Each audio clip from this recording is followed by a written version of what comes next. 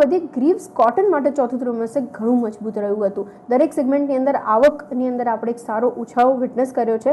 આ અંગે વાતચીત કરવા માટે આપણી સાથે કંપનીના એમડી નાગેશ બસાવાનહલ્લી જોડાઈ ચૂક્યા છે.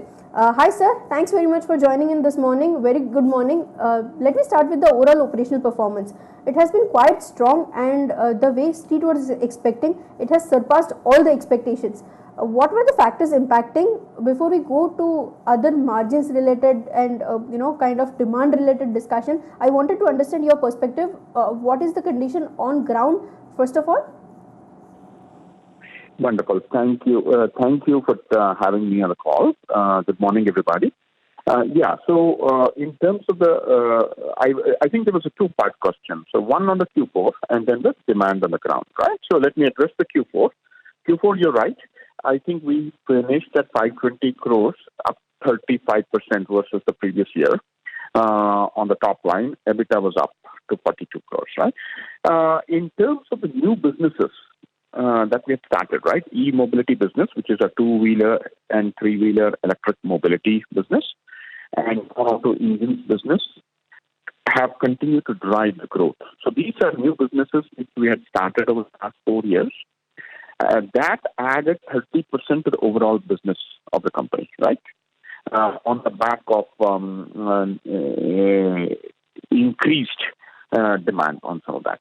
Abhi, when I come to the current demand, as we are all aware, we are fighting the second wave of the pandemic.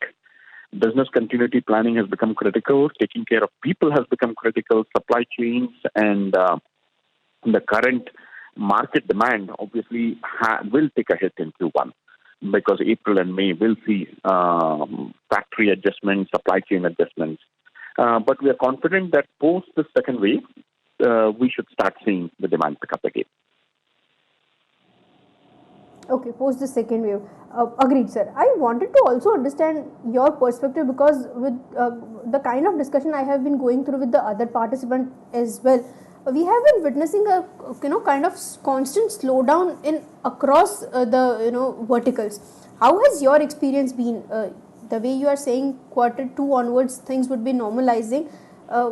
What is the kind of disruption you have witnessed since past 1 year, and for the next 2 quarters, if I need to expect in terms of the kind of pricing scenario as well, how would that be altering into? Yeah, that's a good question.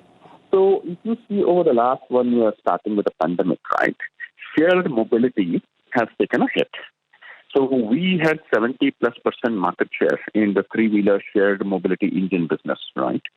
And that has taken a hit because the three-wheeler business the core business has taken a hit. It has been down significantly. The passenger side of the three-wheeler business. The cargo side of the three-wheeler business, we are seeing it come back prior to the second wave, and of course, hopefully, it will start picking up post the next several weeks. My point number one. Other point you made was also very, very important was the commodity price increase and some of the supply chain challenges. We've also seen that over the last couple of quarters. Commodity prices have taken a hit, so where possible, working with our customers, we have tried to manage it. Our OEs, we have tried to manage it, but clearly that is a challenge that I think we will have to monitor very closely. And supply chain challenges due to COVID-related and post that, obviously, supply chain improvements that have been put in place.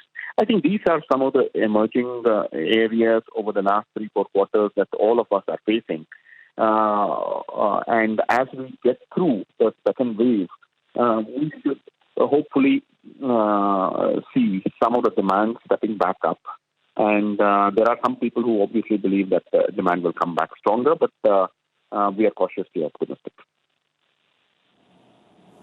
Okay, cautiously optimistic. That's the word. Correct. Agreed, sir. In terms of input costs, how has that inflation being, kind of combated by your end?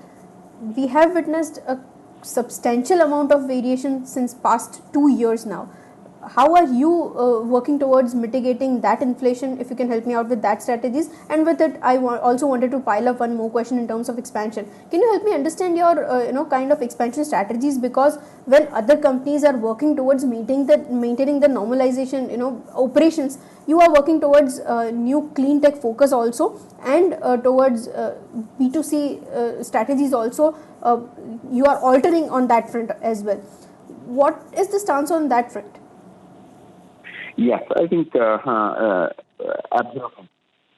So if you look at it, right, we made a strategic pivot over the last 4 years, and we said from a traditional B2B company will become a B2B plus B2C. We want to be closer to the consumer, right? Hence, and also be a total player in the last mile mobility, which means in some of the clean tech offerings, diesel plus CNG plus electric, right? So that initiative continues.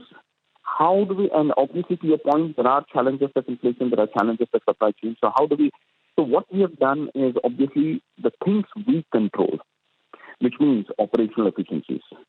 We have gone from closing down 2 plants, right?